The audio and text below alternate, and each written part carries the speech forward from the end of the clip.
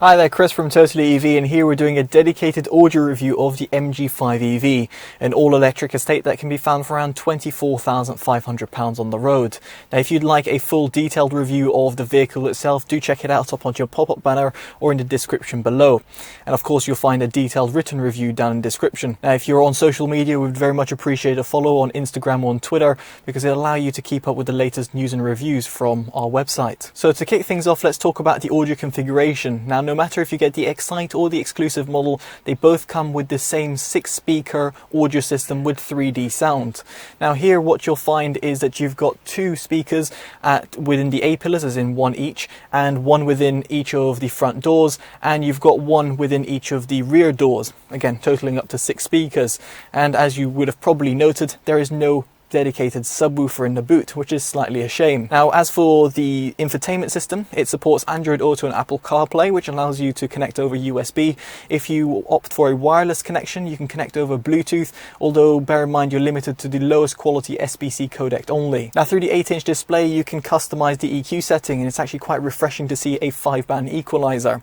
Now, through it, in terms of my settings, I reduced 3 notches off the 80 Hz region, 2 notches off the 500 Hz region, left the 1 kHz untouched, added 1 notch to 5 kHz, and taken 1 off 16 kHz. Of course, your settings might vary, so do let me know what you use in the comments section below. Now, as for the Soundstage tab, it really depends as to how many people are in the vehicle, and of course, if you do change these settings, it will alter the overall EQ that you might need to use. So choose with it carefully, but bear in mind that my settings were based on the singular driver occupant, in other words, the singular front person with the 3D sound enabled, and therefore enabling the virtual subwoofer. It's worth knowing that if you were to disable 3D sound, you will effectively disable the virtual subwoofer as well. So just bear that in mind. If you're going to be disabling it altogether because you don't like what it does to the sound, then you'll probably have to add a few notches to the bass department, whereas for me, I actually took off a few notches. So again, it really depends in terms of your setup. Now, to give you a bit of a taster as to how the audio performs, I'm going to put the camera and the microphone in 4 different places throughout the cabin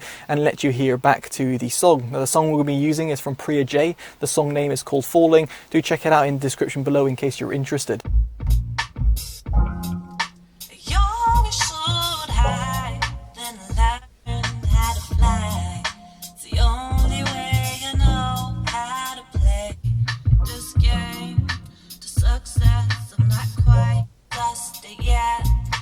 I reach the brink, imagination is constantly racing 1,000 miles ahead. I'm living in my own mind, but it's floating, I'm always hoping.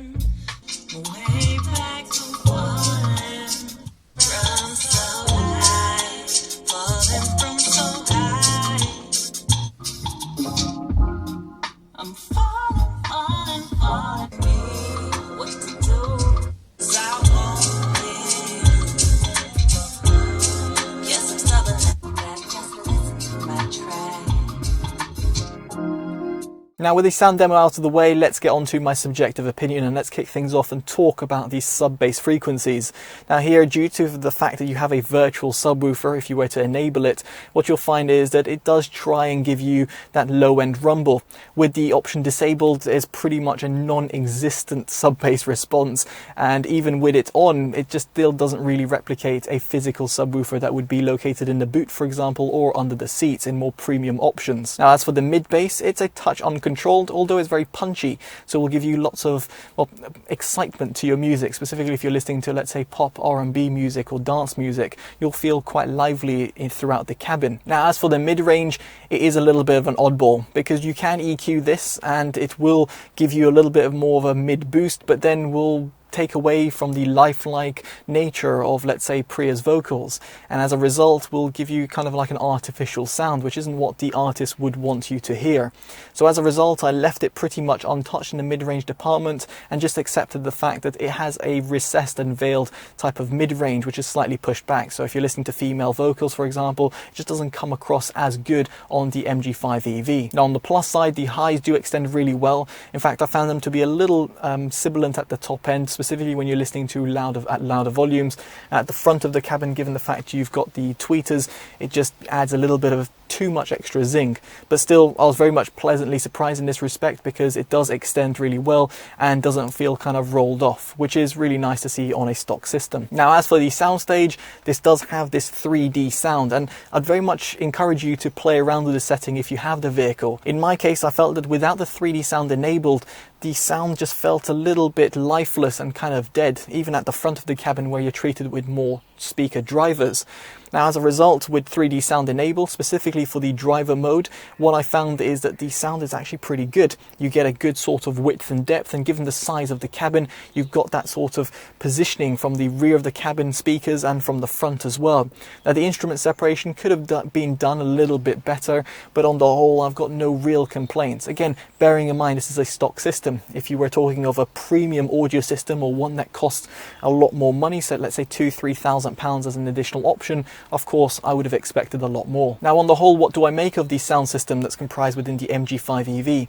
Well, quite frankly, it's not the most accurate system in the world, specifically in the mid-range department, and it does take a little bit of tinkering for you to get the right settings, specifically depending on how many people you have sitting in the cabin when it comes to the 3D sound option.